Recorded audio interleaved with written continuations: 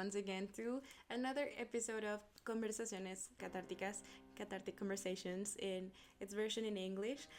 I am actually so excited because I feel like this is the best one yet. This is the best episode yet. In my version in Spanish, it was so amazing. I spoke so fluently, and I really want this to go just as that one.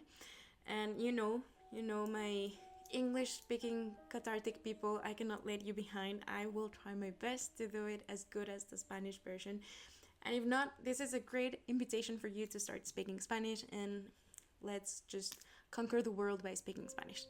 Um, but hello once again, and welcome to this very nice episode. I am your host, Maria Inés. I am head editor of Catártica Revista, which is a written magazine about art history. You already know this story. And I'm here once again to talk about art. And this time I am feeling so very happy and very proudly, without the intention of bragging. I can say that I am a certified gossip person. So basically, I studied art history, which is gossiping about art, and then I just received my master's diploma on art cognition and criticism, which makes me a professional critique, and now I can criticize everything, which I honestly love. I am so very happy about it, and I really wanted to share it with you and maybe focus this whole dialogue that I'm gonna have with you right now, conversation that I'm gonna have with you right now, into the criticism area.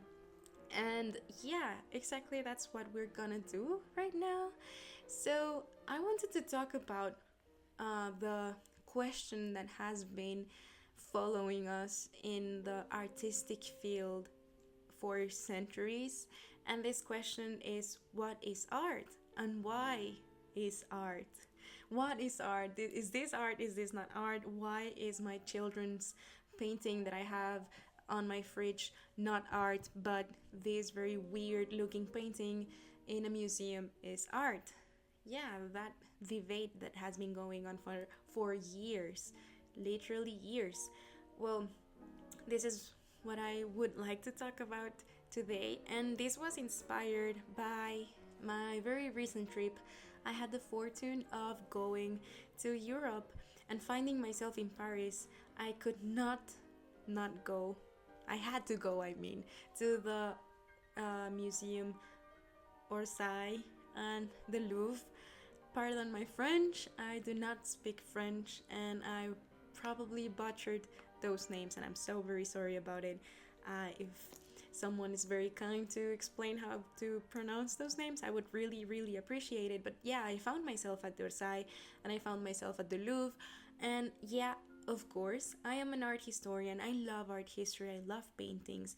Though I am a revolutionary art historian, and I want to think that I really am against the hegemonic kind of art, but at the same time, I really want to understand why the official discourse of art is said official discourse of art.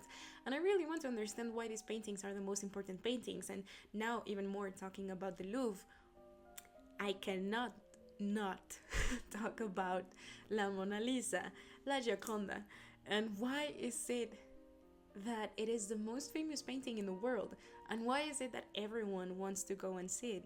I was so intrigued by these questions that I really wanted to talk about. And talking about my anecdote in the museums and in the trip, I was so excited to go to Versailles, because in Versailles, there's my favorite painting, which is by Gustave Courbet, The Origin of the World.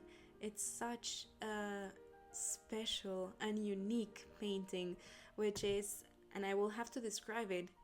I cannot show it in video because I'm pretty sure that if I do, YouTube is gonna kick me out of its platform. But this is a painting by Gustave Courbet, and it is basically a nude, a female nude painting with a very nice and interesting photographic framing, which it was so revolutionary in the period of its production. And I find it so interesting. And for me, the most interesting part about this painting is not only the painting itself, but the reaction that people still have nowadays to this painting. And I really love the title of this painting because, of course, this is talking about nudity. This is female nudity, and it's female nudity at its best. And I really do see people looking at this painting with some question marks in their faces, just asking, like, why is this art? If this is kind of pornographic, is it really art? Why is it art? And this is honestly something that I am so passionate about.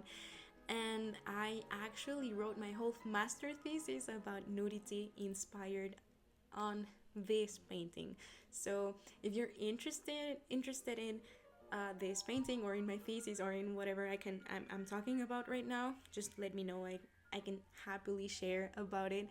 And of course, if you go Google this painting, you will find some pictures of it, definitely, but all of them will be super uh, censored, and most of them will have weird pixels around, just terrible quality of the painting. But it is such a beautiful painting, at least to me, and I'm talking personally.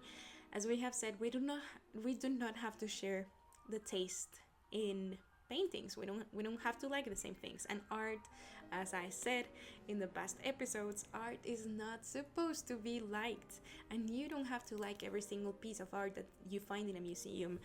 Art is the vehicle of discourse, of the understanding for a society.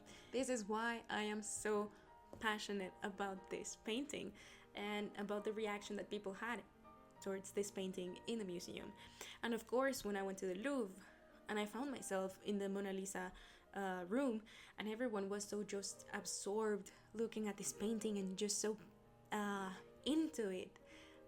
It's so interesting to see. It's such a phenomenon. I think that the reaction of the people is even more interesting than the painting itself.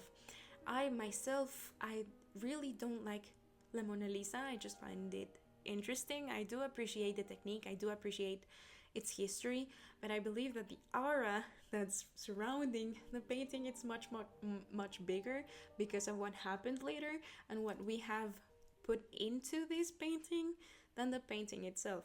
But that's a whole other discussion that maybe we can have in another episode. You let me know in the comments below. So, going back to the question that I'm talking about, what is art? And why is this art? And once again, why is this beautiful painting of my son in my fridge not art? And why is this weird looking Kandinsky painting art? My child, my 4-year-old could do that. I don't have a child. I just want to clear that out. I'm just quoting some things that I have heard in my life. Well, yeah, I think, and I'm talking by myself. I'm talking just for myself, and by myself too. I believe that this is a question that is no longer of use right now. We're in the 21st century, and right now I believe that artists are the ones to decide what is art and what is not art. And I know this might be a bit polemic, but just hear me out. I want to think that art is a joke that can make you laugh, or that won't make you laugh. Art is something that you will like, or you won't like. There is two possibilities, but art is just existing there. And nowadays, I would like to reference a very good author for this, and this is Arthur Danto, which wrote The End of Art, which is a very interesting book, and I would really suggest, if you're interested in this topic, maybe you can go read it. But yeah, I do believe that art is a joke without an end, and it's just evolving, and whatever, and this is my position, whatever an artist believes that art is, then art will be. And nowadays, us art historians, art critics, curators, our word is not here to legitimate art. We're not here to be the ones who decide who is an artist and who is not an artist, and what is art and what is not. And this happened. This is where the end of art comes, right?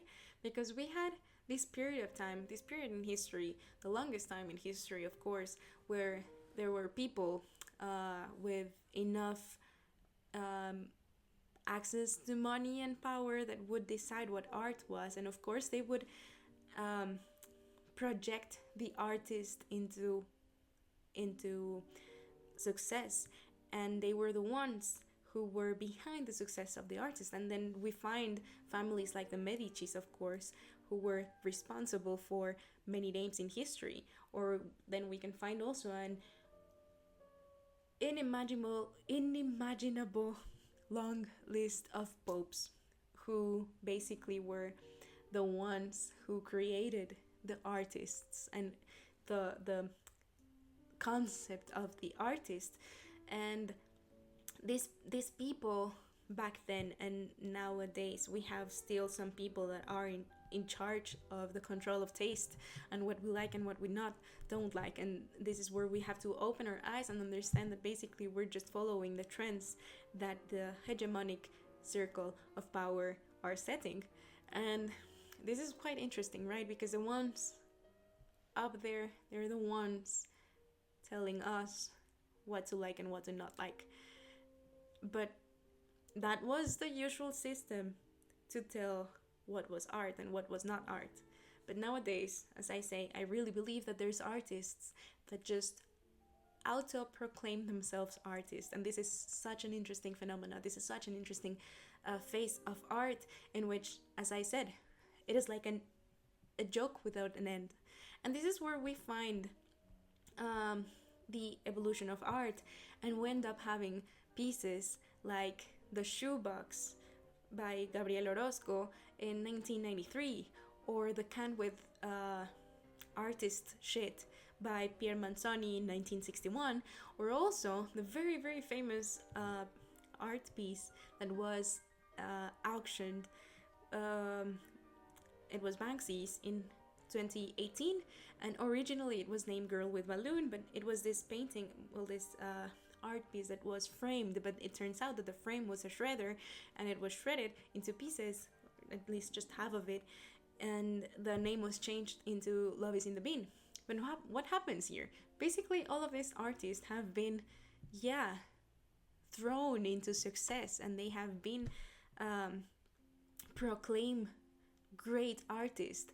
And what I really love about this joke without an end is that these artists are doing what they really want to do, and they are doing some criticism towards society with their pieces, and their pieces have an intention, which is basically not beauty, not museum like pieces.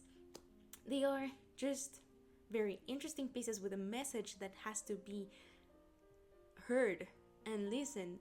And then here is where we laugh or we don't laugh at the joke.